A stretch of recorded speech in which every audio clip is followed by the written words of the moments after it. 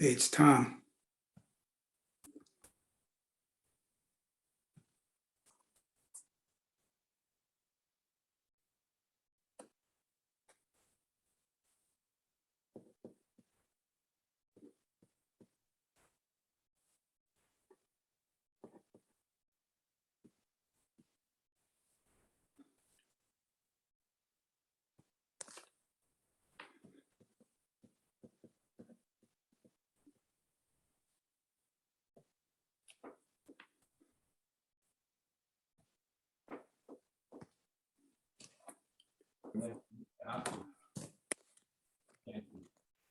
Hi, Barbara. Hi, Tom. I think Jordan is joining us. Okay. I'm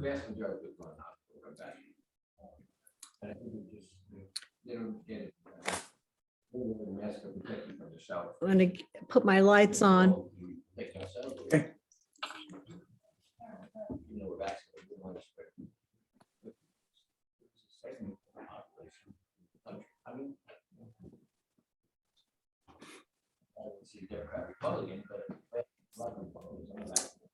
Good evening, Jordan. Good evening, Martha.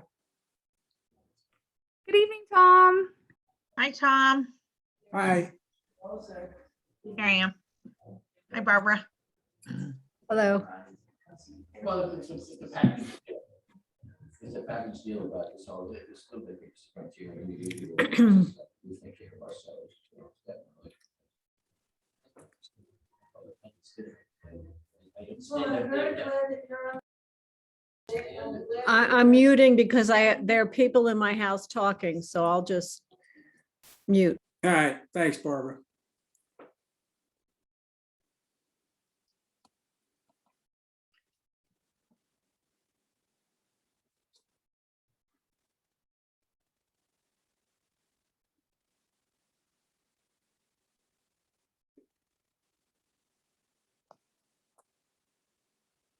Hi, Becca. Hi. All right. Oops.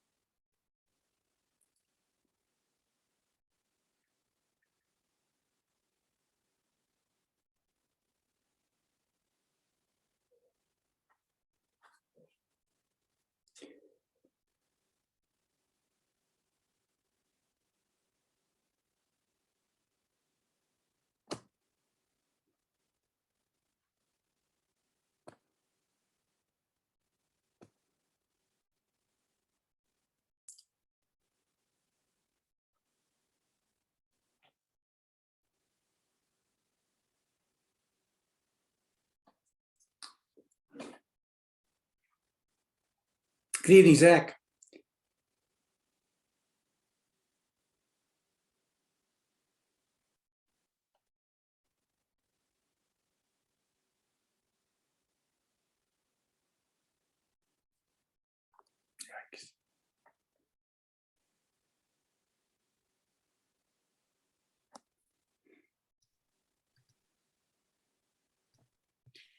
Anybody know how to change the name?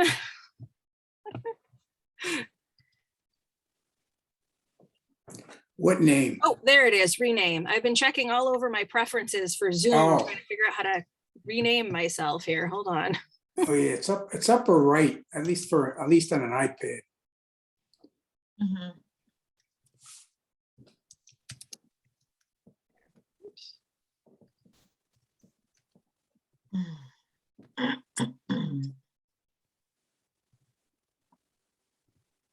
Nicely done.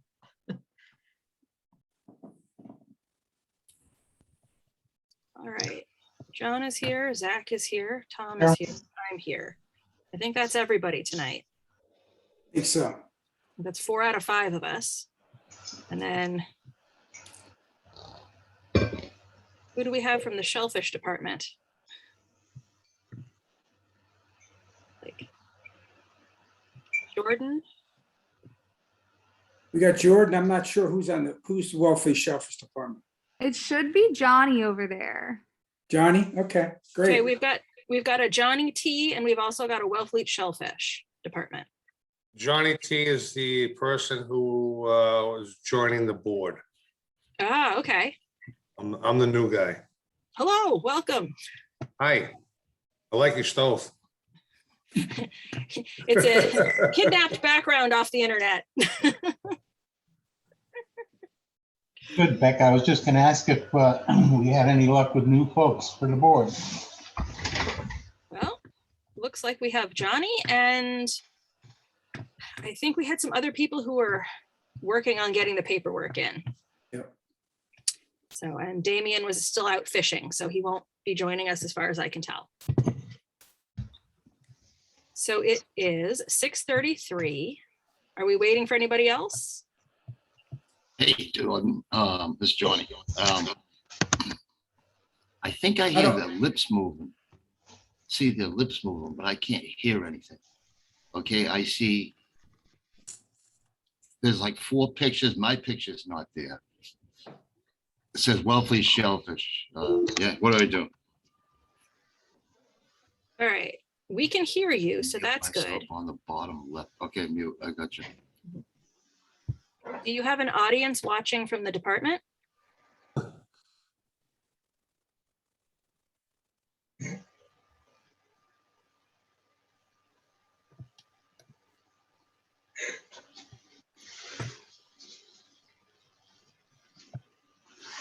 Thanks. All right, see if I can get my.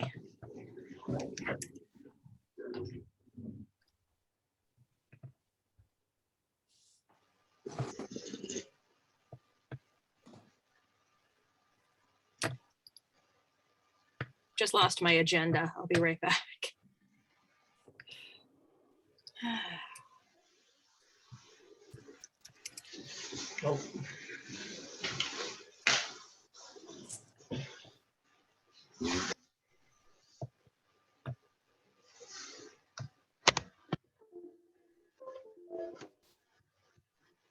Boy, I'm not doing too good, Jordan.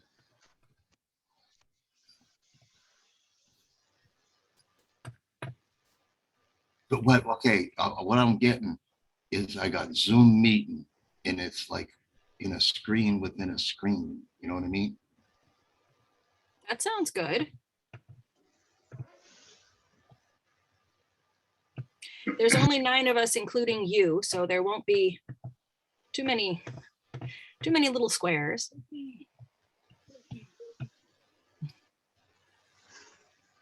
Johnny, if you're looking somewhere up, there should be a picture of a camera, probably on the bottom.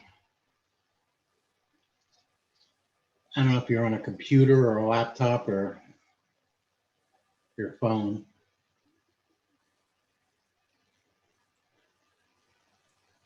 Okay. Okay. I hear you. Okay, yeah, I guess you don't need to see me. You'd probably be better off without it. Hi, everybody. Hey, John. Hey. How are you? All right, Jordan, I think you got me on there. Thanks a lot. All right, bye. Right off the bat, Nancy's surgery was a smashing success today. I just want to let you guys know that. Wonderful. Thanks. All right, we are officially starting the meeting at 6:36. Believe we have enough people. All right. Hello, thank you for all making it tonight. Johnny T, are you official or are you here just to check it out before you make it official? Well, I sent in the paperwork and Rebecca from Town Hall said I have to go in front of the select board on Tuesday. And I guess after that, if everything's okay, I could be official. Great, welcome. I'm So- just gonna, thank you. I just, I was asked to possibly, become a member. I want to make sure that, whatever I have to offer is going to be valuable to the committee and the board. So I'm going to listen and see, as far as I'm concerned, in my own opinion, if I could be a valuable asset and resource to the team for whatever the agendas may be. Great, thanks. Yeah, Are you a welcome, John. recreational? Pardon me? Do Are you you have shell- a recreational shellfish license? Yeah, I had a commercial years ago, but I wasn't really selling it. I just did it just places where I shouldn't be able to go. So, but I didn't, I don't sell it or anything like that. But I've been in the realm for all my life. So I've been down here on and off, 50 years, living here for 15. Johnny, I know Johnny, Chris, and Nancy very well from the flats, and yeah, I mean, I just again, want to be part of the community, and again, an environmentalist, been on finance committees for 10+ years, and other Massachusetts towns, western part of the state, planning boards. So I know the protocols that come along with it. So, but again, this is definitive as far as those Shellfish, and like I said, if I feel that I can be of assistance in any way, I'll move forward. Great, thank you. All right. A good answer? Was a great answer. Sorry to put you on the spot. So you can't vote yet, but if you get approved by the select board, then you can start voting. Yeah, like I said, I've been on many boards over the years, town municipal boards, so the process and protocols work. So yeah, I mean, I'm just here to listen and see what the agendas are. I did a little research, what's on your agendas, and again, I'm just here to listen to see what you've come to, cumulative, hopefully mutual decisions on what's going to move forward. But again, I'm not saying anything aside from just introducing myself right at this point. All right. But I do have a lot to say, I'm sure, down the road. All right, so let's jump right into getting those minutes out of the way so we can get on to all of our guests tonight. Did everybody have a chance to check out the minutes? Yes. Yes. Yes, all right. So anybody want to make a motion to approve the minutes from September? I'll move to approve those minutes as printed. I'll second. All in favor? Aye. Aye. Aye. Anybody against? Okay. And then the next round, which I can't get to, is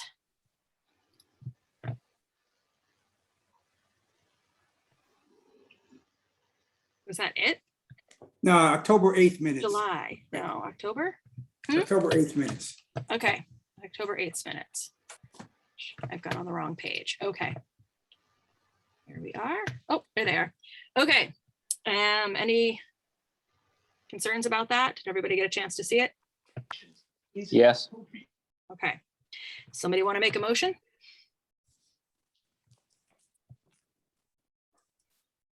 Tom will make a motion to approve the minutes as written. I'll second it. I'll second. Are we, everyone in favor? Aye. Aye. Aye. Okay, minutes are done. Yay. So now, thank you, Tom, for keeping track of all of those. Yikes. So first up is our Herring River update with Martha Craig. Hello, Martha. Hi, everyone. For those of you who don't know me, I'm Martha Craig. I'm the Executive Director of Friends of Herring River.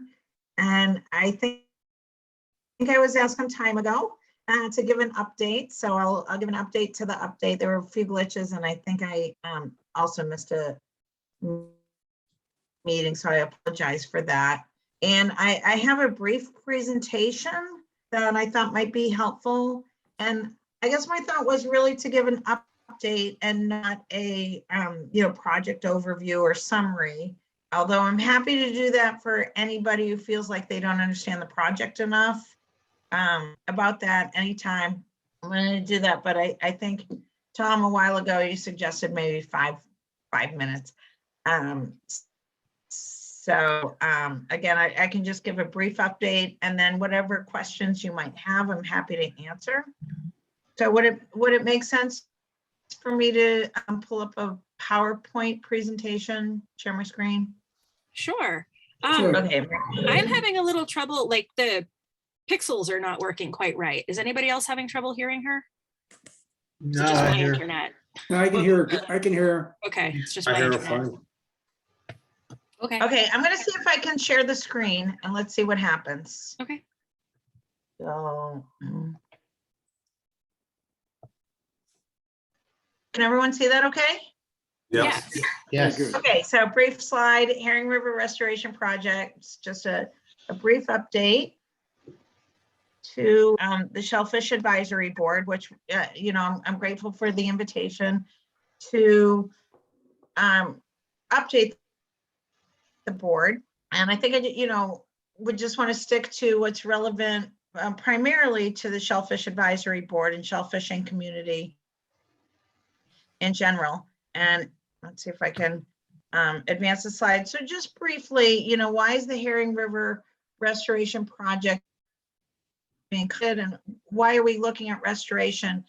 And as many of you know, but some may not know, but the Herring River is actually designated by EPA and DEP as an impaired water under the Federal Clean Water Act. And it's due primarily to fecal coliform, the high levels of fecal coliform that are coming out of the river, as well as a high acidity, which, as you know, can affect shellfish, and a high amount of naturally leaching aluminum, which I'm not going to address, but if anybody has questions about that, I can address that. But all of these things should be reversed when the natural tidal flow is restored, and thereby also restoring the natural chemical processes that you would normally see in an estuary. And if you coliform down, acidity should be reversed, and the aluminum should then be recaptured into the soil as it naturally would be. In addition, the existing Chequesset Neck Road dike is designated by the Massachusetts Division of Marine Fisheries as a point source for bacterial contamination, which precipitates the closing of once productive shellfish beds. Those who remember shellfishing in the 70s and 80s. And that area of closure has grown over time and currently threatens downstream grant areas. And many of you have probably seen a sign similar to this. So the project is looking to replace the dike, put in a bridge with adjustable tide gates that open incrementally. And if you have questions about that, I'll be happy to answer that. But as far as an update goes, the project, which is being forwarded by the town of Wellfleet and the Cape Cod National Seashore as co-applicants. It's their project, and the project is currently undergoing environmental permitting, and many of you remember that the Cape Cod Commission approved the project last year in June of 2020 as a development of regional impact. And currently the project is undergoing review by the Massachusetts Department of Environmental Protection under Section 401, Water Quality Certification, and Chapter 91 Waterways, which protects the public's right to access public waterways. In addition, the Army Corps of Engineers is reviewing the project for the Clean Water Act, and to a degree under Section 10 of the Rivers and Harbors Act. So there's a lot of eyes from many different agents on this project. And these applications were submitted earlier in the spring, and the permits are pending. And we're hopeful that we'll receive those permits in final form fairly shortly. In addition to the state and federal permits, what comes next is really the local permitting under the Wellfleet Conservation Commission Notice of Intent with the under the Massachusetts Wetlands Protection Act, and same with Truro, because there is a small part of the project under Truro jurisdiction. And we do hope to have those permit applications in within the next week or so, and there will likely be a joint public hearing with the Wellfleet and Truro Conservation Commissions probably sometime in mid-December, if everything is submitted in a timely way to allow that to happen. And the project will be reviewed under a ecological restoration limited project, which is really designed under the Wetlands Protection Act to address projects like this. And there also is a federal consistency under the Office of Coastal Zone Management Act, but that will likely fall under the Corps of Engineers purview and be reviewed under that permit review. Other applications or permits that we've already received include the National Environmental Policy Act and the Massachusetts Environmental Policy Act. And again, just to reiterate, all the other agencies that have reviewed this multiple times, including under the MEPA and NEPA certification, also under the Cape Cod Commission, they were all notified. And all these different agencies have also received multiple copies of the different permit applications, and also receive the notice of intent application. So we're anticipating that all will go fairly well with permitting. It has so far, and we're reaching sort of those final steps. So the restoration that's being contemplated, hopefully beginning next year, will be the replacement of the Chequesset Neck Dike with a bridge, and will include activities that will involve a controlled opening of the tie gates, which will be regulated or voted on or approved by the Herring River Executive Council. And it's anticipated that there will be small openings at the beginning, and then will be incremental thereafter. But again, upon the approval of the Executive Council, which meets at least quarterly in open meeting forum.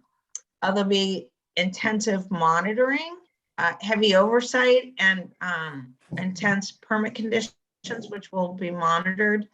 And there is always the ability to close the gates if there's any suspected activities that aren't going as planned. But again, there's local control over these activities. And the project timeline, again, we hope to have the permitting finalized by early 2022. And the fundraising is currently ongoing. Perhaps there'll be something in the new infrastructure bill that could help with the project. There are a lot of, potential sources for this funding that we've been talking to with federal and state agencies, and it is expected that the funding for the project will come from federal state agencies with no request from the town, aside from perhaps in-kind match, and of course, a town input, since it is their project. And we expect the bidding to begin, I would even move this up spring or summer of next year, with construction beginning sometime around this time next year. And that's wood.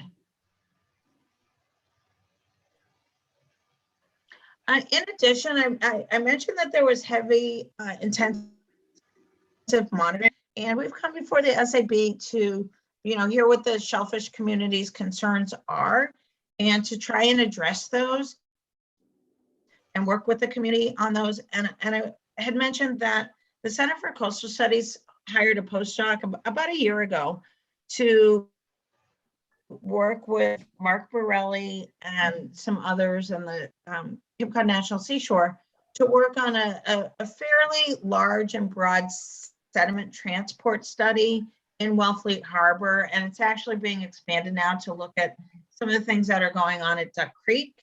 But this is just a list that they sent me of some of the activities that they're working on. And this ADCP, that stands for acoustic Doppler profiles. So they're looking at waves and currents through the water column.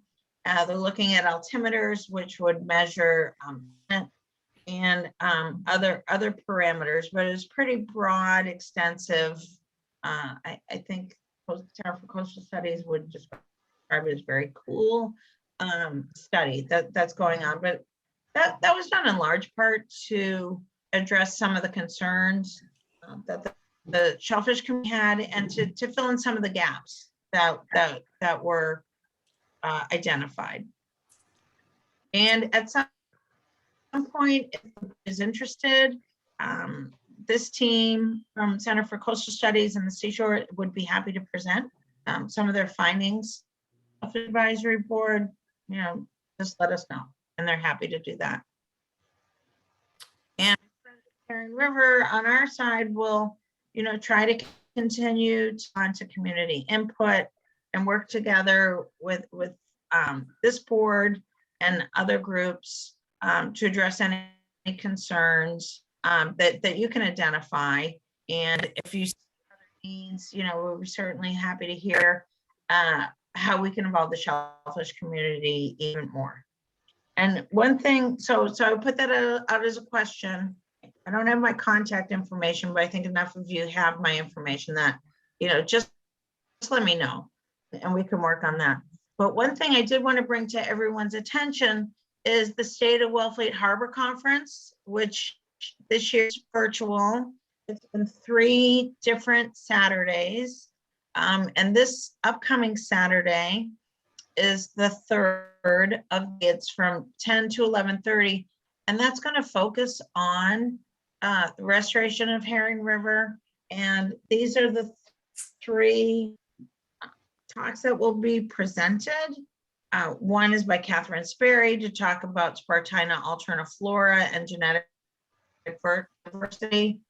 And 2 talks might be of particular interest to the SAB, which involves the sediment trajectories and a restored Herring River system, which would be presented by Kirk Osma, who has also addressed this board as well, present some of their findings.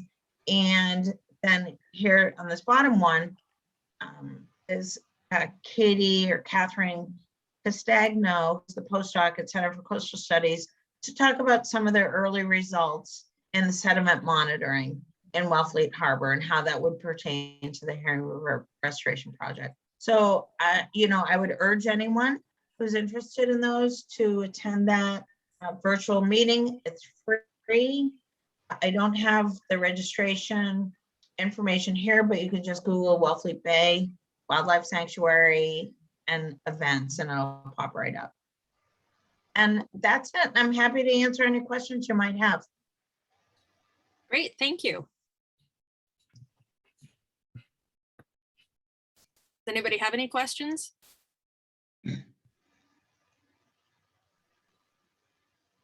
Okay. All right, And I would just urge you to attend the conference. You know, it's a wonderful opportunity and it's free from the comfort of your own home. and it is Thanks, being Martha. recorded, so you can watch it later if you can't make it on Saturday. That's right. And it's only an hour, not like the 6-hour meetings we used to have when they were live. Mhm. Did I hear someone might have a question? Or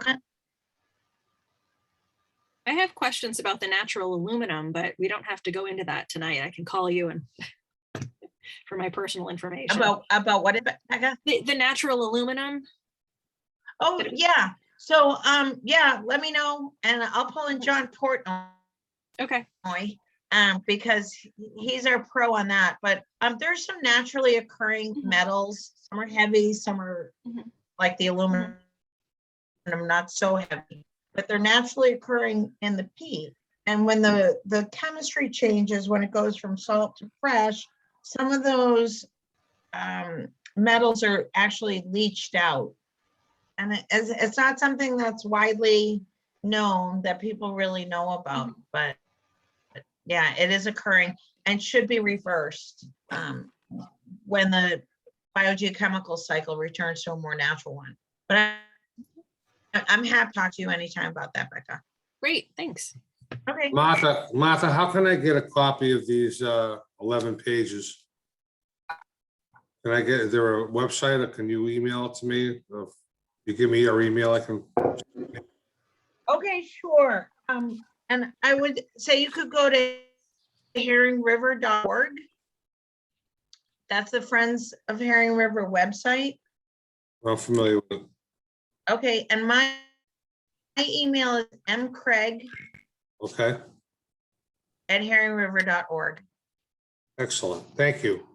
Okay, well, I look forward to hearing. Thank you. Thanks. Thanks, very much. Thanks, Martha. Okay, thanks, everyone. And I'm going to sign off. So I hope you have a good rest of your meeting and good news about Nancy. Yes, thank you. Thank you, Martha. Thanks, Martha.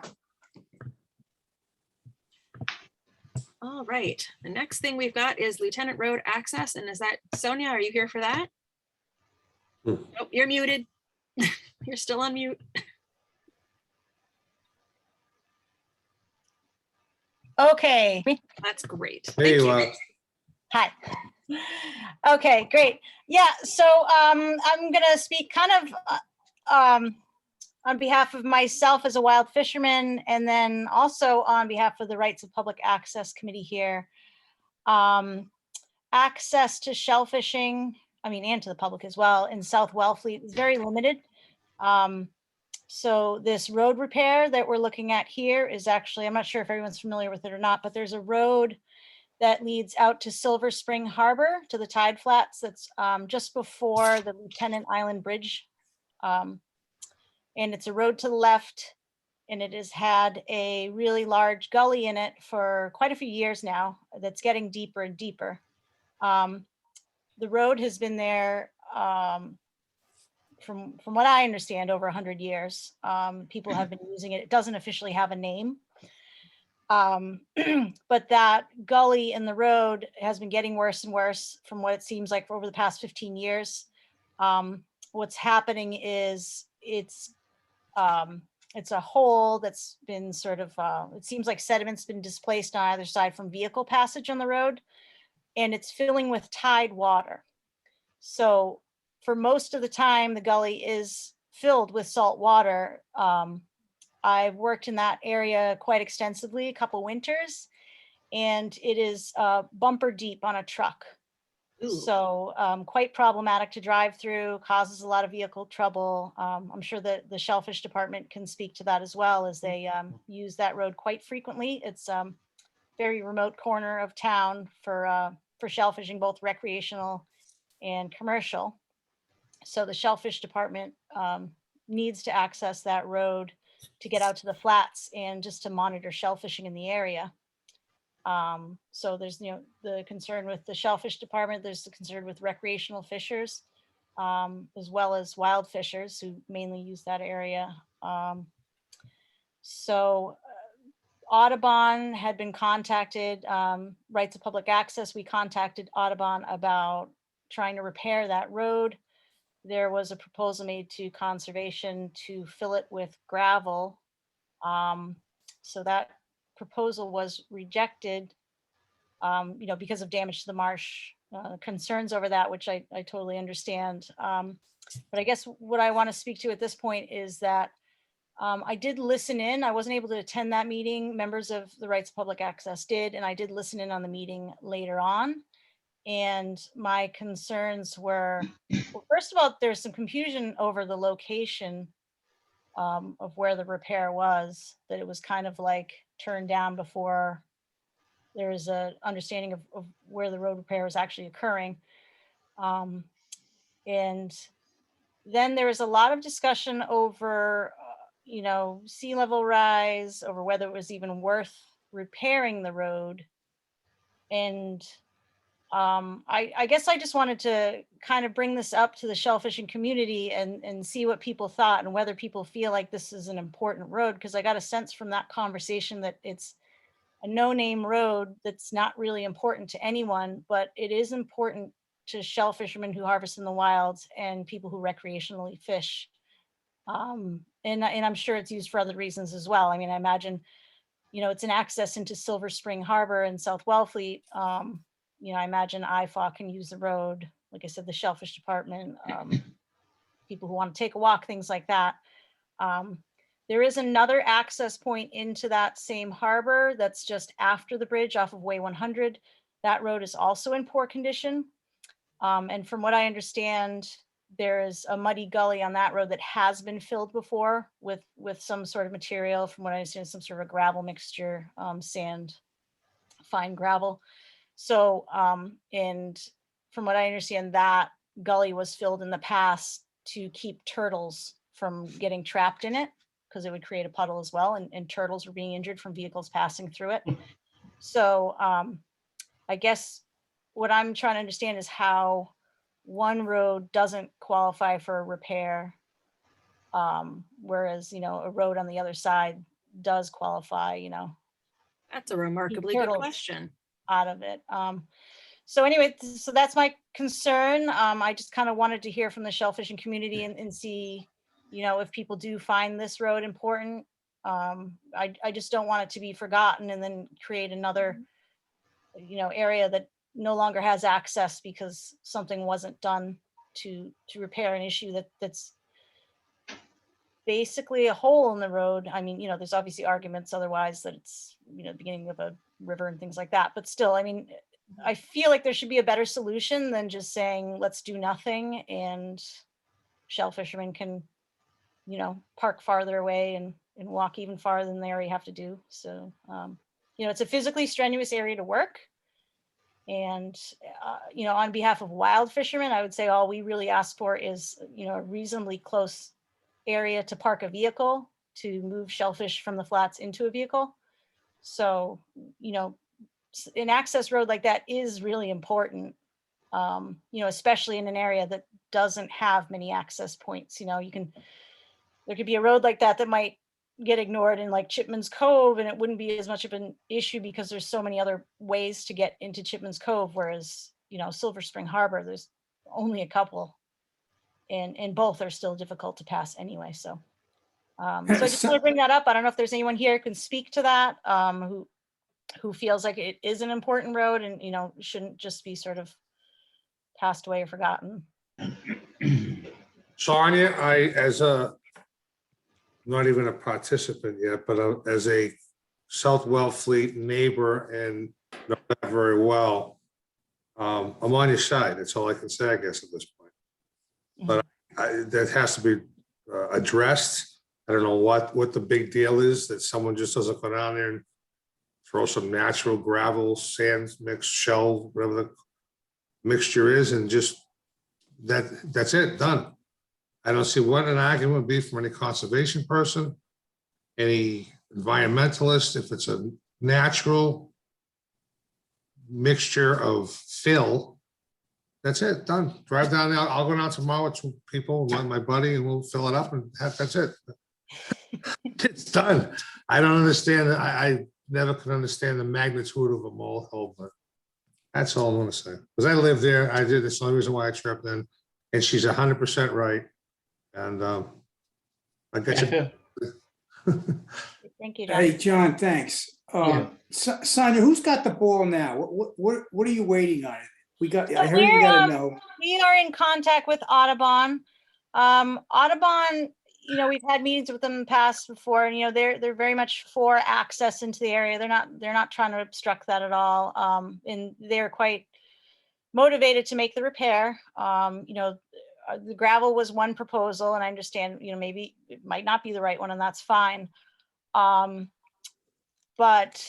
they've got a limited budget as well. I think at this point, we're hoping to get a meeting with them in the next week or so. But there was discussion in that conservation meeting about like, what is a solution? Would it be a bridge or something like that? And that's starting to be, very costly to ask of Audubon. I think at that point, they're probably only going to want to work with a fill. And I understand that. And then the other issue would be that, from what I understand in other parts of the island, I've looked into the history, even like Meadow Avenue on Lieutenant Island, there has been fill applied there to build up road. So that's fill into a marsh that's been approved in the past. And like I said, the other side of the bridge as well, off of Way 100, there's been fill used there in the marsh to protect turtles. So, again, we don't want Audubon to give up on this because they feel like it would be just too, excessive of a cost for them to like install a bridge or something like that. We'd like to keep this as, cost effective as possible for Audubon. So at this point, we're waiting to have a meeting, but, I don't think that Audubon is willing to build a bridge over a pothole. So hello, Sonia, Melissa. This might be a great time to ask you to chime in. Yeah. Hi, everyone. Tonight. Hi, John. Hi, Sonia. Yeah, Sonia did a wonderful job, and and thank you so much. My name is Melissa Lowe, just for all of you, and my apologies. I'm going to kind of be looking this way to see you, but then looking this way to look at my camera, and I apologize about that. My name is Melissa Lowe. I'm the director of both Wellfleet Bay, and also serve as the regional director here on Cape Cod. And first, I just want to say I'm really appreciative of everyone's patience. Sonia and rights of everyone on the Rights to Public Access Committee. Honestly, this was first probably addressed to me when I first came on as director 2 years ago. It's hard to believe so much time has passed, right? When Jim Falcone and I met out at the site, and he explained it, and then also Nancy and Chris Manula also came out, and we chatted about it, and so I learned a little bit about the issues. And I just want to say I'm very appreciative of kind of just the open dialogue and the respect to different perspectives that has been throughout this process. It's been really great in that regards, and to try to look at how we can maybe solve an issue, if at all possible, to keep this accessible on a convenient level to folks like Sonia and others who harvest, on a, commercially in that wild area, because I know I can, imagine, slogging back, carts full of stuff is hard to do, and so I'm definitely appreciative of that. I'll also say, a pandemic later, as Sonia mentioned, we did, as Sonia just referenced, we did submit an RDA to the CONSCOM, to see if there would be a reasonable, kind of solution to this. I should first also back up by saying the process also had to go to our headquarters at Mass Audubon. So we had to present this first to our science department at headquarters to see if we could even consider, doing any type of work, because I should also back up by saying that the roadway is within Mass Audubon boundaries, as I think we understand. And so, you know, our science department, we want to make sure, of course, as a conservation organization, that we're not doing undue or excessive damage, you know, to the resource and to the salt marsh and the wildlife. Our headquarters science team was well aware of that location. They knew about it. And, you know, we kind of all agreed we could try to just address this one pothole, you know, if the conscom, you know, approved the process. And so we did submit the RDA, and as Sonia mentioned, it wasn't approved. My understanding is that, you know, kind of at this time, we don't have plans to resubmit, you know, kind of an application, but conversations are still, you know, continuing to happen. And Sonia, thank you. Yes, so hopefully we can maybe get together. I think we had some email exchanges recently, and we can get together soon, you know, to kind of talk a little bit more. But where I was going with that is that, you know, it's not, you know, and I appreciate so that was going to say the next steps. I mean, we met with Nancy, myself and my colleague Ian Eyes met with Nancy Trevetta, or spoke to her on the phone, and we kind of said the same thing. And we agreed at least to make some inquiries into, as you mentioned, Sonia, some of the other ways in which roads in similar coastal resource areas are maintained or improved or repaired. We reached out to Steve Wood, who is on the Lieutenant Island homeowner. He also he kindly shared information about how the homeowners or the Lieutenant Island Association manages the roads, because he is on the board, and he also serves in kind of in that capacity of kind of addressing roadways. And you know, as Sonia mentioned, they do repairs that have you know, a mixture of 3/4 gravel and sand mixture. You know, but it is, you know, trying to compare this pothole with some of those other locations might be a little different. I do agree that way 100, yes, was, you know, primarily, I think, done for the turtles. But if I'm correct, it also leads up to homes, right? And so I could be wrong on that, but I believe that's the case. So it is a little different, you know, that this location, you know, can't be compared, you know, directly perhaps to some of the others that are on Lieutenant Island or in the other region. But so we just wanted to kind of educate ourselves just to see, you know, how do other areas, you know, maintain these types of roads or address these types of issues. When we had submitted the RDA to the CONSCOM, the way in which we kind of put together our proposal and why we chose that fill material was based upon what they do out at Sandy Neck in similar type scenarios. So that kind of repairs on those types of areas. Can I say something? Of course. I guess as an open forum, I really don't understand what the monumental aspect of just filling in a divot in a road that's not used by the general public on a regular basis, basically a dead end, only used by the shell fishermen that they slog their product back off the flats. Yeah, it's an access point. It's a good access point to drive your truck or vehicle down there. What is the issue to fill that little divot with a couple of wheelbarrows, you know, several wheelbarrows full of organic matter, and call it a day?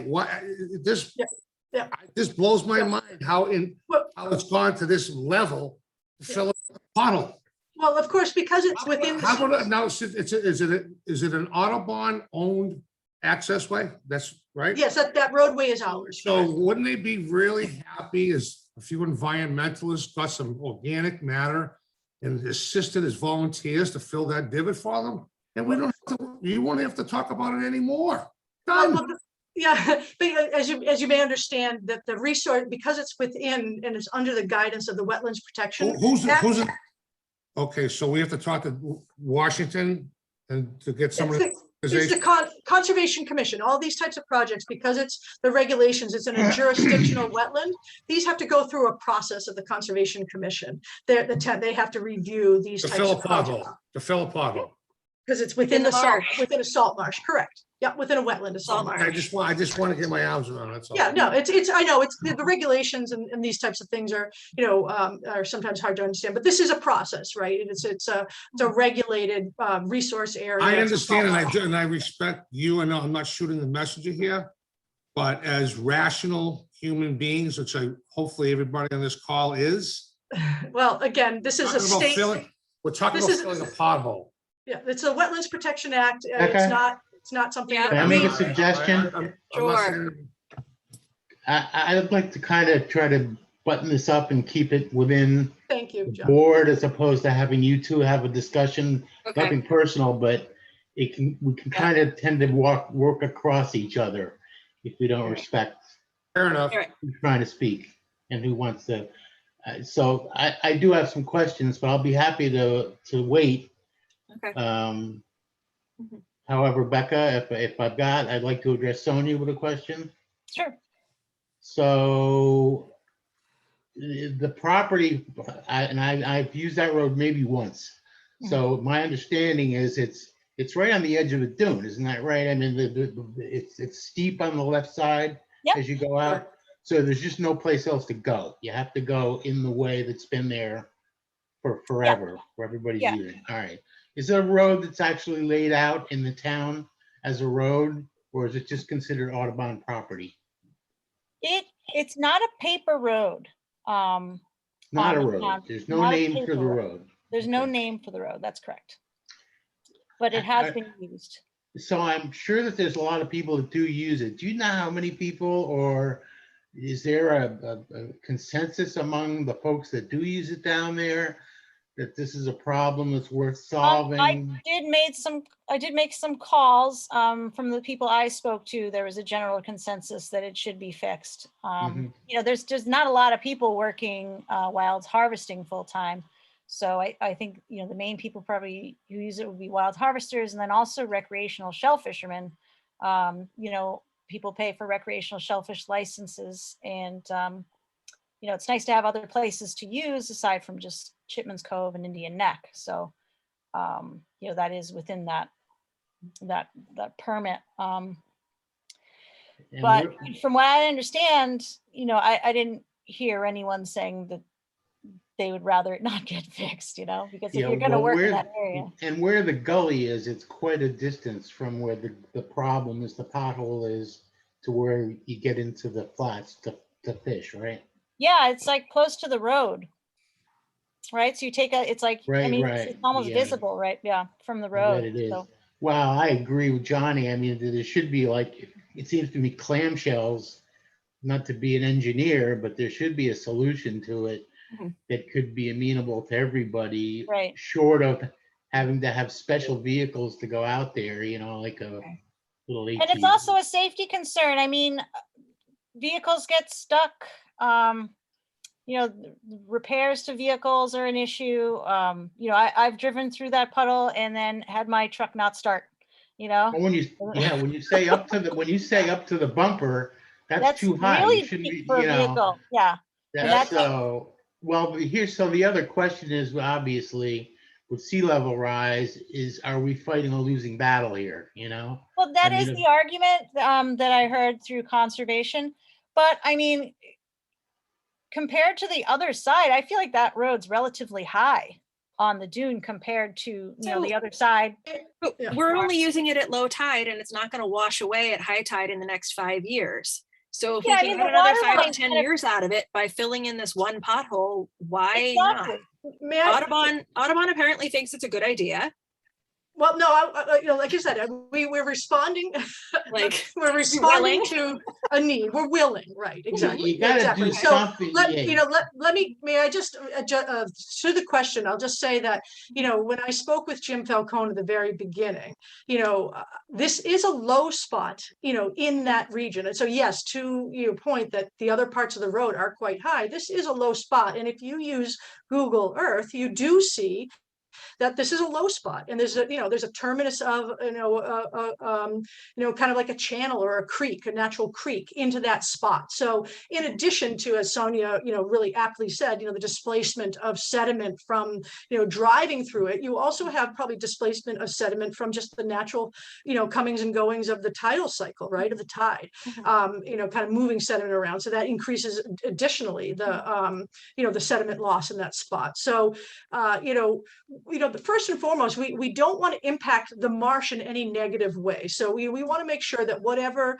if there's a reasonable solution that we can meet the needs and address concerns and the needs of, people who, make a living, in the shellfishing community like this, we're happy to do that. But, I also want to just mention that we're not restricting access. It's just that, as you had mentioned before, and I didn't mean it in a negative way when I said slog the material deck. That was not a negative, it was just saying that I understand, that you have a lot of shellfish that are coming back, off the flats. And so that it's more convenient to have it in a truck rather than trying to pull it over, that long roadway with a cart.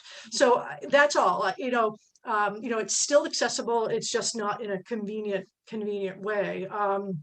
But it is a low spot. And my concern is that, by putting any other fill other than something that we felt was demonstrated as successful in similar areas like Sandy Neck, that it's just going to have to be done far too repeatedly every year or multiple times a year in order, with the traffic out there to make it a viable solution, a long-term solution. So, again, this is, we put in the RDA to the CONSCOM. It was reviewed, and I totally appreciate and understand their concerns. And to John's point, sea level rise, is happening. So, this is not going to be a long-term solution either. And so that's, so right now we don't have plans to kind of go back to the CONSCOM with, our revision at this time. But, again, so that's just why I wanted to say that.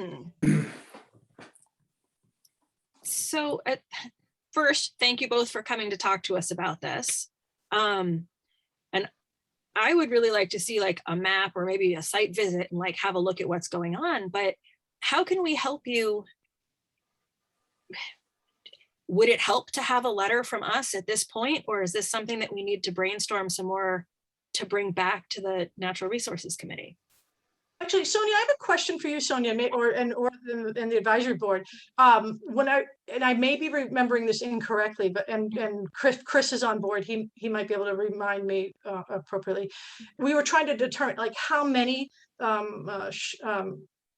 individuals utilize this spot, for harvest. And of course, I was under the understanding that seasonally it changes, right? Or sometimes even by the year, by the set, right? And so some years it's a great spot, and then other years it's less so, and so probably less used. But if you were, my understanding and vague, and I could be remembering correctly, it was about a dozen to 18 or so people that would use it on a regular basis. Is that correct? Probably, and then I think a more accurate number could probably come from the Shellfish Department. The area. Can you hear me? Yes. Yes. Okay. Yeah, everything Sonia said is spot on. I can add that I've pulled visitors' vehicles out of that very puddle before. Sonia's use targets are online. There's actually a little bit more recreational pressure that's going out there. And in addition, I've encountered a lot of bird watchers with their spotting scopes set up along that run. If I'm on duty and it's open, I'm there basically once a day. And just what Sonia said is right. And if I may add that there will be a significant incident at some time if the puddle's not, we just call it the puddle, if the puddle isn't mitigated somewhat. I mean, someday there'll be someone with the right combination of middle of the night, incoming tide, big tide. So I don't know if it'll be a year, I don't know if it'll be 5 years, but it is something waiting to happen. Right, and that's another concern, like I was saying, safety, and I didn't, I was talking vehicles, but I didn't mention safety concerns for individuals as well. The tidal flats are muddy, you can get stuck out there, you can run into issues, especially in the cold in the middle of winter, and it's super remote out there. It's important to be able to have eyes on people that are out on the flats and to be able to get help to those people.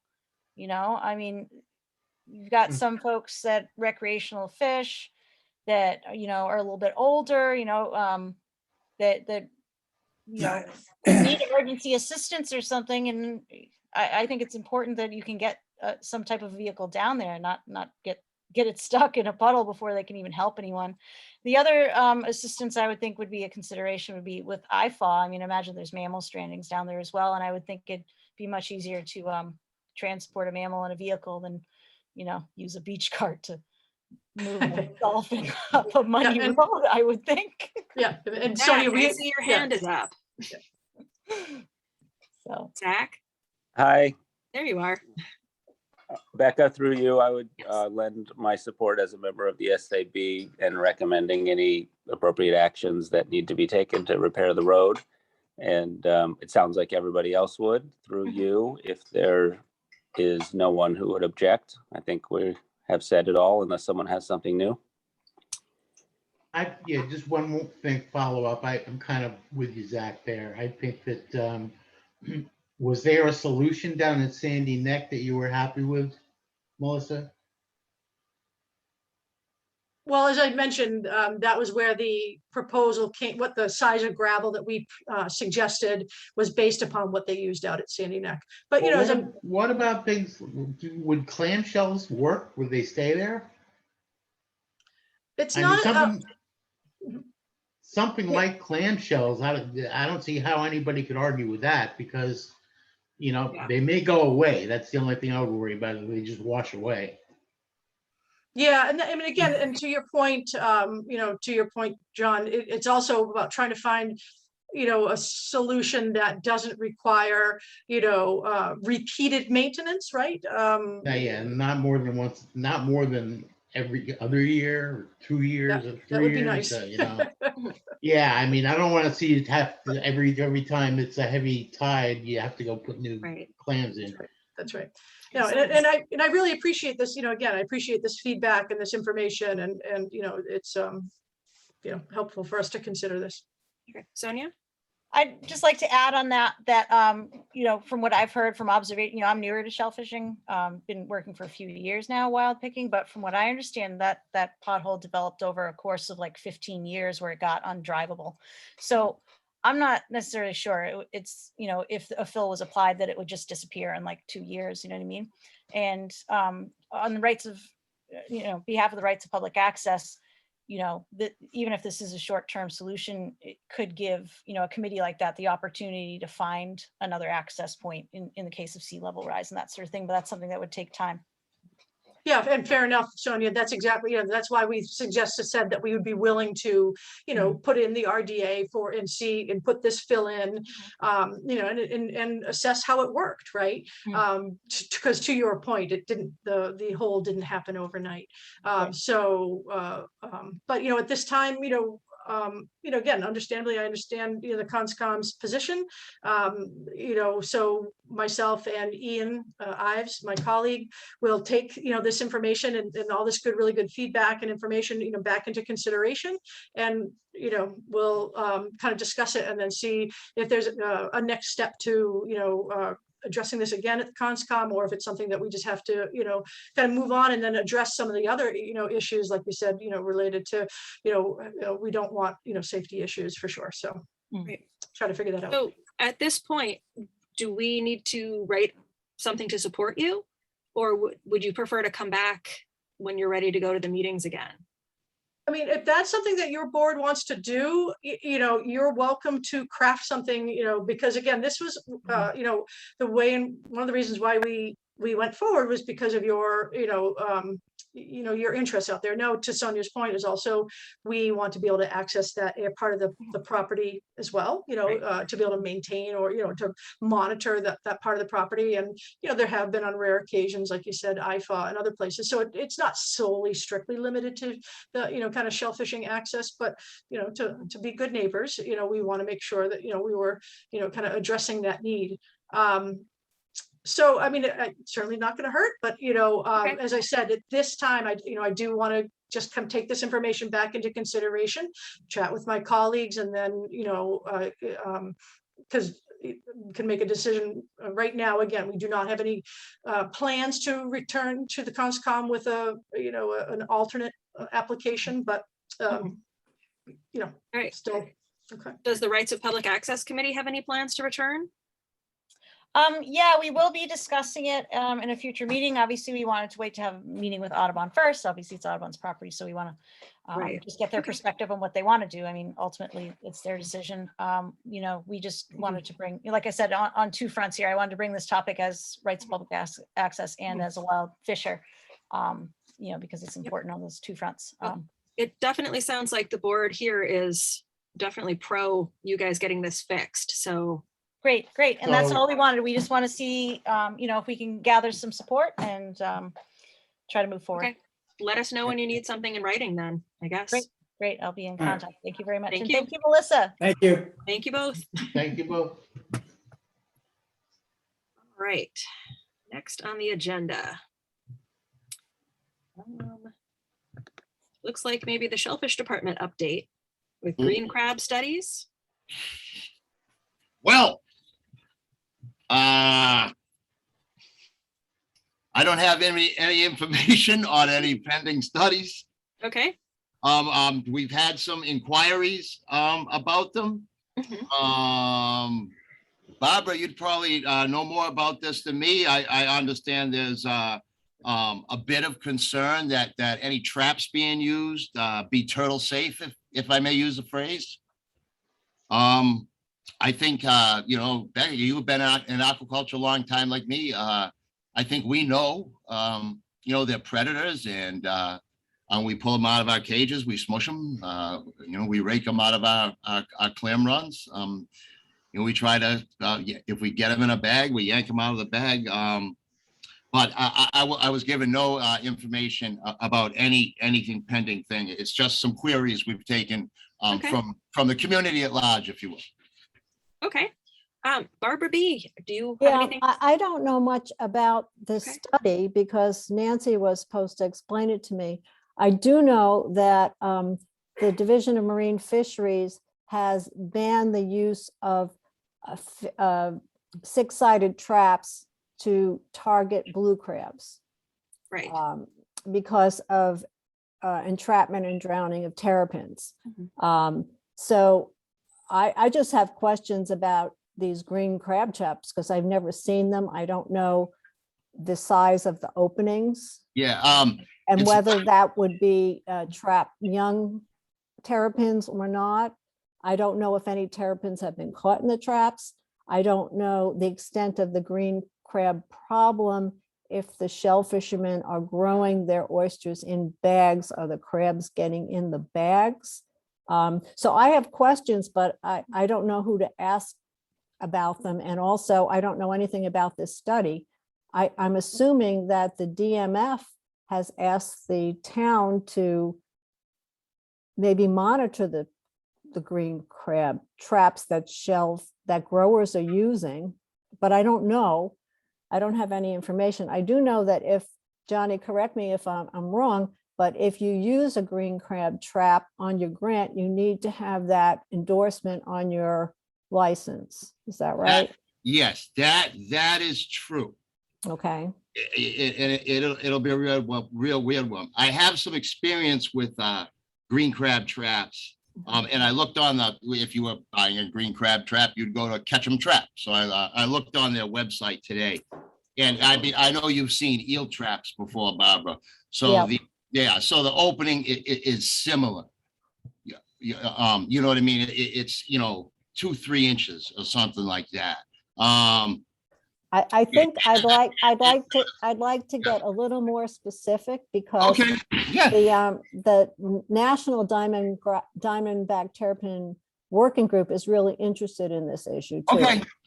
Okay. So maybe I could see one of these and measure it but anyway, I don't know what the study is. I think maybe the DMF asked your department to monitor these or see Okay. if terrapins were being caught as bycatch, but I don't know. Yeah. And one other thing about green crab traps is they have the entry ports are on the top of the trap, okay, as opposed to the bottom. A blue crab being a swimming crab, it would crawl and swim vertically through the bottom. So a terrapin would have to sort of swim into the limited opening above. But anyways, obviously, we need to do more than this. So I'll make sure that we get to the DMF about it, and I will figure out how much green crab trapping is going on the grits. So I'll have some time coming up, and I'll make sure that gets done, if that's sufficient. Thanks. My pleasure. Barbara, I've lost you. I can't hear you.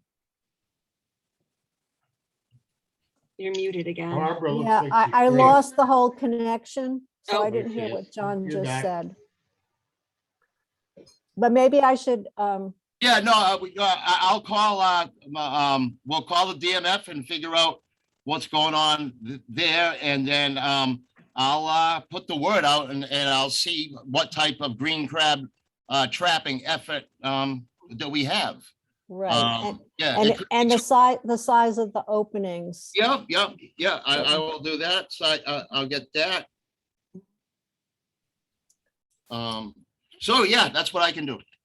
Okay, yeah, I don't know much about the study, but if the DMF wants a study, I can help you guys with designing something.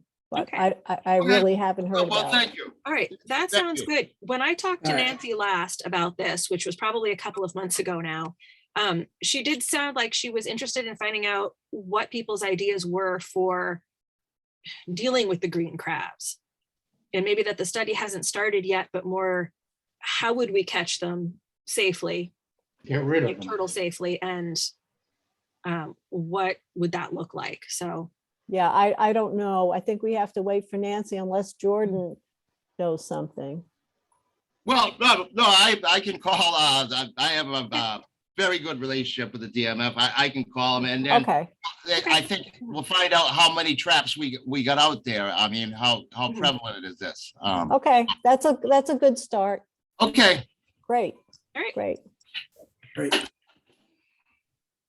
All right, so then we're on to 7.15.3, use of spat collection devices. And yeah, the Shellfish department wants them tagged.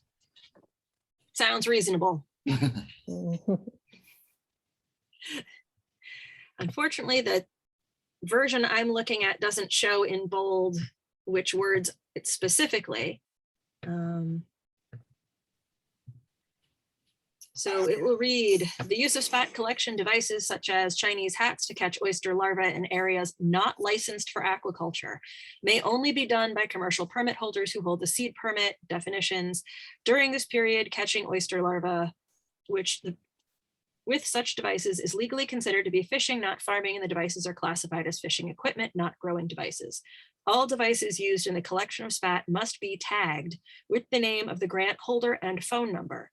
From time to time, upon receiving a recommendation from the constable, the select board may vote to limit the areas in which such fishing is allowed, or the numbers of Chinese hats or such other devices that may be set out by individuals in these same areas. So it sounds like we're just changing that to say that things need to be tagged with grant holders' information. Anybody have any concerns about that? Sounds like a good idea. Yeah, it does sound like a good idea. I don't have a problem with the language. It looks like it reads well. Has a lawyer looked at it? That's what Nancy had posted to us. And it's just that one line that's being changed. She probably ran it by town council. I don't know, but as I long believe as the she lawyer has. has looked at it, that's fine. Yeah. I think she had. So do we want to make a motion to recommend this change? Is that how we do this?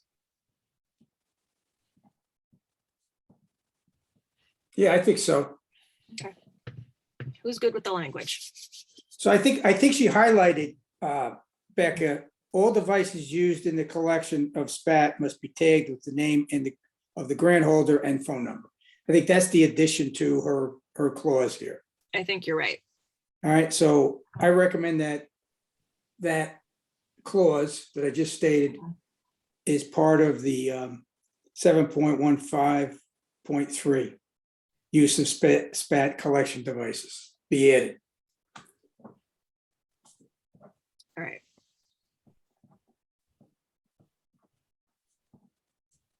John and Zach, does that sound good?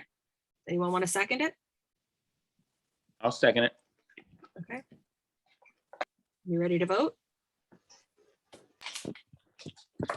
All right, all in favor? All right. Yeah, Aye. 4-0. All right, Okay. So now we're up to Shellfish Management Plan. Anybody want to skip that? That would be a good one to skip. All right, Curly report. Are there any updates? I do have an update for that. Okay. So NRAB has been spearheading, as we all know, a new harbor survey, which everybody knows is the Curly report 50 years ago. But this, it's going to be on the next town meeting, which is in the spring. I'm not sure exactly the date, but my understanding is it's lined up to be part of the next town meeting to see if the town will approve funding this new harbor survey. And the idea being is that this harbor survey wouldn't just be something that just sits on the shelf like the Curly report did, but something that could be used as a management tool and something that could be repeated every 10 years, 5 years, whatever the appropriate time period is. The Curly report suggested every 10 years to do a new harbor survey. And I think that that's good. We should have done one. We should have done one since 1969 when the last one was done. It seems like there's been some sentiment to get this ball rolling. And the next step is going to be, we've received the okay, apparently, NRAB has, to go ahead and I don't know how the process works, but prior to town meeting, to get 3 bids or get competitive bids, however many there are. I believe it's up to the new purchasing agent in the town to figure out who would get it. But the bottom line is there's not that many qualified organizations, companies that do this kind of work. However, I guess I'd kind of like to chime in on the State of Wellfleet Harbor Conference that just started 2 weeks ago, and the third one's going to be this week that Martha referenced. The first week there was a presentation that's available on the town website that's recorded that was on New Harbor Survey that Center for Coastal Studies basically kind of scratched the surface of, just doing a basic inventory with doing the beach seining and some of the minor stuff that was done in the Curly report. And this was all done last year. I think it was 2020 through 2021. And so they did 12 months worth of, poking around in the harbor, doing sampling. It wasn't really an intensive survey, but I guess the sentiment for the Shellfish Advisory Board is the Curly report, for those of you who have read it, and if you haven't, it's available on the NRAB page of the town website. You can go read it, and it's heavily focused on shellfishing. And some of the changes that have occurred over the past 50 years with shell fishing are pretty dramatic. And I think that it's appropriate and it's warranted that the shellfish community take an interest in what's going on in the harbor with climate change, water chemistry changes, populations of things like blue crabs moving in, blood art clams, which has been a relatively new fishery, however long it's been going on. It wasn't identified back in 1969. So keeping a track of what's going on. And this would include a lot of the stuff like eelgrass and perhaps the sport fishery is something that they identified in the past report. So all these things are kind of up for debate as to what would be included in the report. But the next step is going to be kind of to generate some interest in it throughout the town and let people know that this is going to be something that's going to be up for consideration. And, you know, there may be funding available. There's been a lot of, you know, under this current administration, there is a lot of money that's going to become available for doing things. And this could qualify, but this would be something that the town can budget. That on a 10-year basis, they should be able to afford something like this.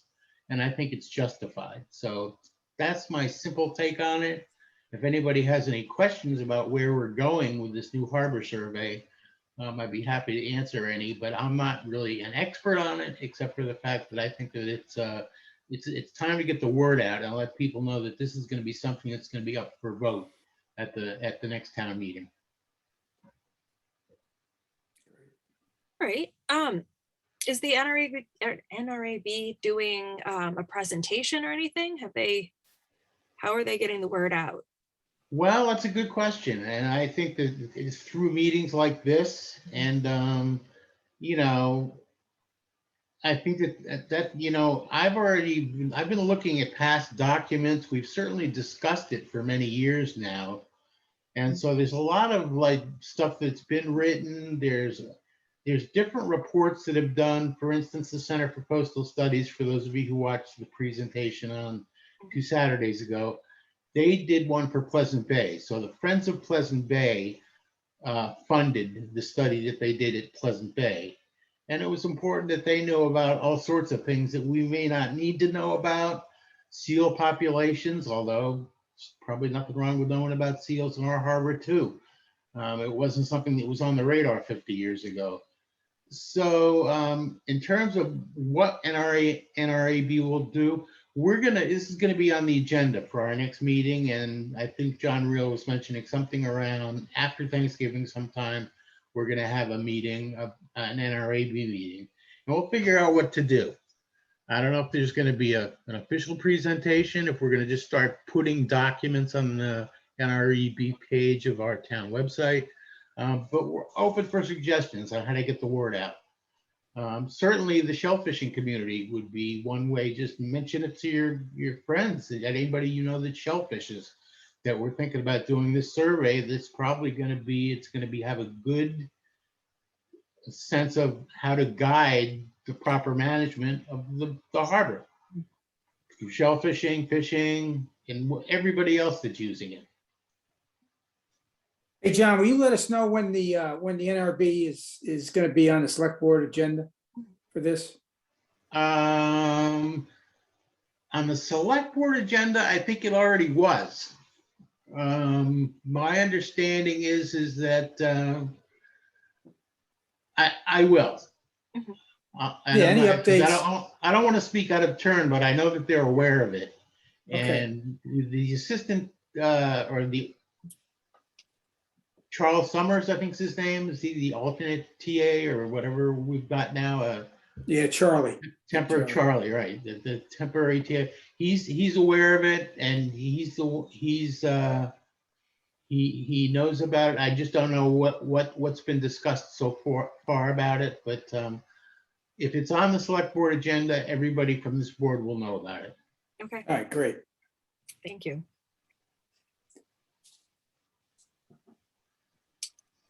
All right. The Hatilda plan.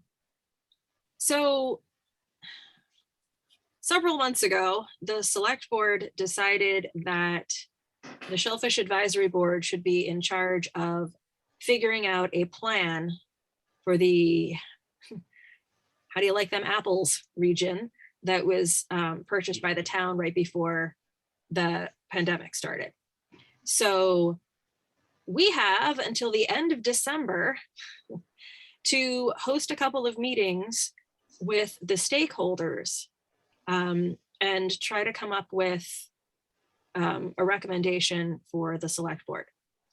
So at this point, Tom and I have talked with some of the shell fishermen in that area, and we are working on scheduling some appointments over the next month and a half to have some meetings. So Zach and John, are you available to assist with some of these meetings? I'll attend. I don't know what I can Okay. do to assist. I'll Okay. offer my assistance if it's needed. Yeah, sure. All right, thank you.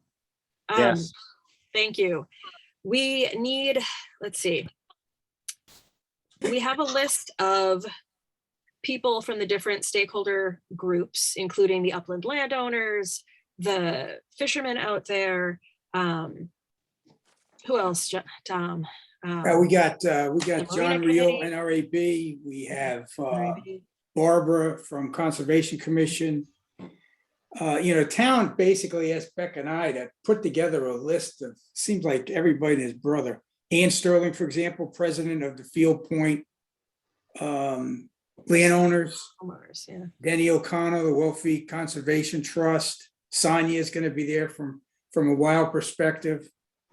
So I think, as Becca's saying, I think we got the whole community, because it is a town-owned piece of property. And we just got to decide, throw some things out to the Marine Advisory Board and the Harbor Master, just to get an idea of what people want to do with the property. This all started, by the way, just to back up a little bit. I don't remember who it is, but there's somebody that did expand. People have already solicited grant expansions or new grants for the area. And there's a moratorium, is my understanding right now. So there's no new activity going on over there until we come up, not us, but somebody comes up with a plan. Yeah. And the Shellfish Department comes up with a plan. As Right, Becca stated, we met with some of the shellfishermen that are in that area. And we discussed 3 or 4 items. We discussed, new grants. We discussed additions to the previous grants, where now there's a moratorium. If you remember, we didn't want a moratorium, but I guess we got overruled by the select board. So, and Becca, you and I and Nancy took a nice ride out there and saw the activity. So I it's going to be one of those meetings where we're going to have a lot of people talking, but hopefully we can come to some sort of solution on what we do with the grants out there today. And hopefully we get it done in 2 meetings. I'm viewing this, and I think Becca is viewing the same thing. If we don't come to a conclusion, we could just state where we are and let the select board decide. Like, for example, do we add any more grants? There's a lot of people saying no to that. And then, who benefits from that? And then people want to add to their grants, do we allow that? And then do we, what was the other one? Back, it was, the deep water Moving all grants. the Do we- grants. Wasn't there moving all the grants in or something like that? Yeah, the deep water Yeah, grants. I there's think, five deep water grants that there's a plan to work towards moving those in. move them in, which so will people can then, access them. which will then benefit the navigation around that area. So that should make the boating community happy. Mhm. I think Nancy's got 3 or 4 committed that they would move in, no problems. I don't think she's got to everybody yet. We just need everybody's, we got a 12/31 deadline, and Well, hopefully your here's the calendars thing. will allow some Yeah. meetings. So we're an advisory board, so we can come up with advice. I mean, that's really what we do. We're not gonna Yeah, make the decision on what to do No. there, but we should know what we think is the right thing to do. Mhm. And, Right, you but we've know, been tasked to have conversations with all of the stakeholders to make that Right. determination. yeah. so I think, Becca, you were tasked with doing a whole bunch of stuff, part of which was to set up a meeting. Is that right? Yes. So, all right, so just let us know when All the of this. meeting is. I'll, make a point of being able to attend. And I Okay. think that you don't want to have like 40 people at a meeting that are all on the board of the meeting. You know what I mean? Yep. Sounds like NRAB is already represented by John Reel, so I don't technically need to be there for that board. Mhm. And, so each board, one person, but in terms of what the best use of the property is, Tom, if you took a ride out there to look at it, you're one step ahead of me, because I don't know. I think that the shellfishing department or the shellfishing community would want to make sure that whatever's being done out there, people have used in the area and it's productive, and they're making money out there and they're farming it. That's a good use of the property. And anyways, I don't want to ramble on, but it sounds like they're trying to make a decision on the future of what's going to happen over there. Yep. And not just from a shellfishing view. but Right. Community view. Somebody may want to have an area to put in a float, for all I know. I mean, who knows what somebody would want to do out there, but it doesn't have to be shellfishing. However, that's traditionally what's been going on out there, shellfishing. So That's, yeah.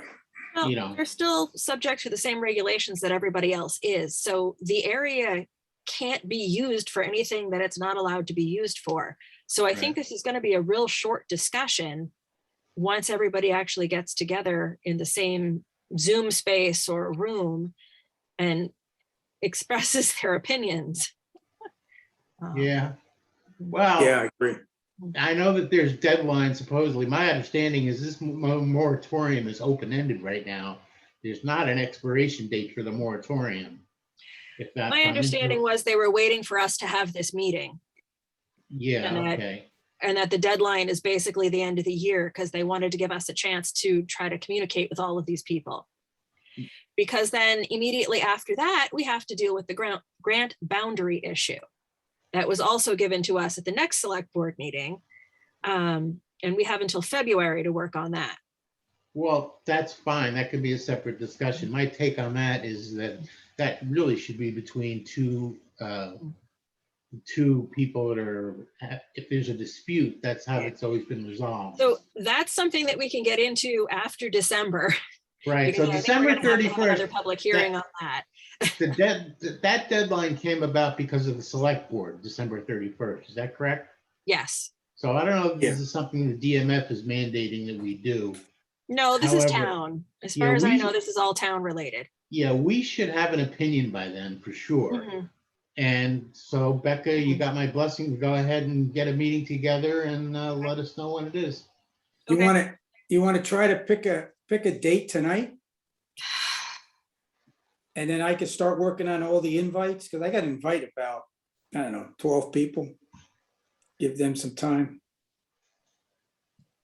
Anybody have a anybody have Calendar. Yeah, anybody have a December tide chart? Oh.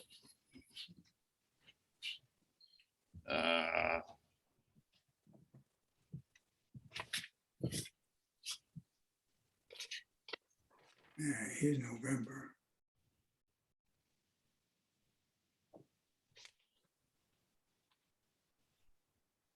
It's the first week of December, look. looks like about 2 weeks away. 3 weeks Oh, wait, away. there's tides. Hang on, I'm looking at the wrong page. I'm looking at, I can't get it either. Yeah, I'm looking at low tide at 5, 6 o'clock in the morning. 5, 6 o'clock at night. Yeah, Well, here's a question. When do you want to have this kind of meeting? Like, other than just tides?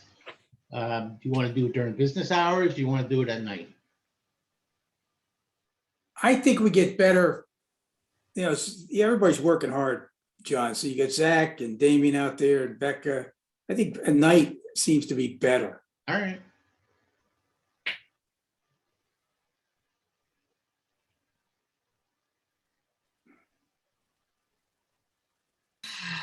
Let's see. How does the 9th of December look? It's a Thursday night. The tide is at 8:50 in the morning.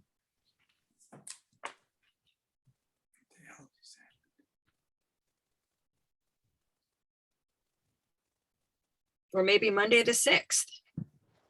Thursday works for me. Thursday. If I drop out, my phone is about on low battery. Okay. What'd you Thursday's say, okay. Zach? Thursday the 9th or Monday the Thursday the 6th? 9th. Thursday the Thursday the 9th? 9th, so we could do something at like, you want to think 6 o'clock, 7 o'clock? 6. Yeah, 6 6 o'clock? o'clock's better. Yeah, 6 o'clock is dark. Yeah, it's fine. Do it at 5 as Thursday far as the I'm 9th. concerned. I All don't know. right, Yeah, Thursday you the said- 9th. Zach, you okay with Thursday the 9th? Is there any conflicting meetings on that particular day? I don't think so. Select board meets Yeah, on who knows? Tuesdays. Who cares? Yeah, I'm good with that. 6 o'clock, Thursday the 9th. All Can right, we perfect. can we also go with Tuesday the 14th? In case As this a takes more following than meeting? one I'll tell you meeting. what, why don't you, Becca, or whoever's gonna do the soliciting, why don't we have 2 dates picked? And that way we can, Yeah, offer people, you know, everybody you talk to, Tom, just say, one of these 2 days, which one do you prefer? Well, I'm gonna ask him to set aside both days, John. sounds good. You So know, set Tuesday the aside both 14th. days for planning purposes. If we don't get everything done on Thursday the 9th, then we'll convene again on Tuesday the 14th. So we could have 2 meetings is what you're saying, okay. Well, we That's could fine. possibly have 2 meetings. I'm hopefully Well, we that's get okay, done that's one fine meeting. with me, yeah, so let's go with the 9th and then in a imperfect world, if we don't get everything done, we'll meet the next week. Is that the idea? Yeah. Yes. All right, And I think Zach said okay before we lost him. he's still there. I think I see him. No, that's good for me. All Okay. right. So the And 9th. hopefully John Tanzi is what he meets with the select board on Tuesday. So hopefully he could be part of the discussion too, the new guy. Okay. All right. All right. I'll get something out. I'll copy everybody on it. Maybe I'll send it to you guys. Just, you know, it's gonna be a brief note. You know, we've been asked by the select board to do the following. You have been selected. Selected. You've been selected. And, you know, let me know if you can't make it. I already contacted most of them anyway. Okay, great. So everybody said, okay. All right, great. We should probably pick a date for another Shellfish Advisory Board meeting too. Though we're all still here. I don't know if we're gonna have time after all these other meetings. Well, if we're gonna do technically, possibly 2 meetings, the 9th and the 14th, is that what we said? Yes, I don't know how we're gonna fit another SAB meeting in before Christmas.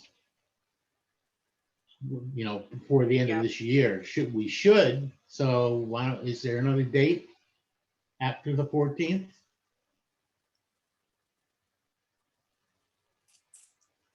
Well, the following week is Christmas week, 21st.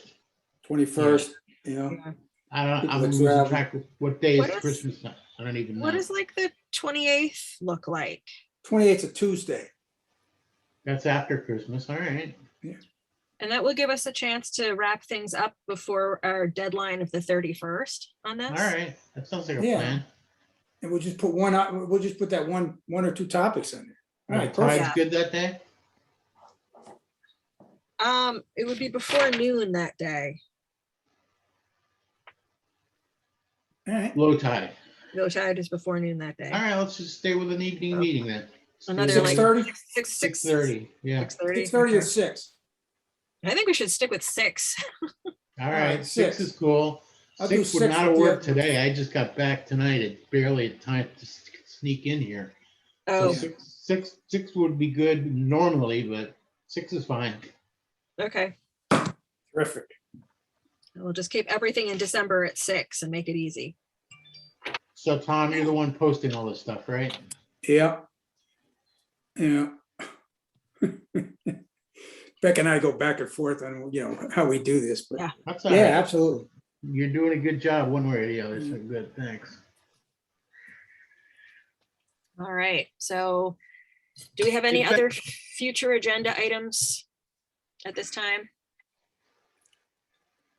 Yeah, I think we stick with what we've been asked to do. Okay, Focus on that. Hold on, I real think quick. that's a great Becca, idea. I'm glad we got Johnny, a new member on the board here. Wasn't there somebody else? Is there anybody else in the pipeline that you know about, Becca? Nora Clark is working on getting her paperwork in, I think. Okay, that's right. There's- Everybody is super busy, so I've talked to a few people and they're all like, in the spring, I could join up in the spring. That's all right. People, a lot of people just don't want to do it. I understand. No, and I've definitely got a couple of interested people, but they've all got to pit their oysters and they've all got stuff going on right now. And Yeah. so I'm like, well, maybe after the New Year's I can do it. So let's see. Yeah. But if there's no new information, let's call it. It's 8:06. Hey, All right, way to go. 8:06. Good night. Thank you all for Good coming. job. Make a Thanks. Pleasure to be with you, people. Thank you. Yeah. Good night. Thanks, All right, Johnny. Johnny, thanks. See you. Bye, everyone. Bye-bye.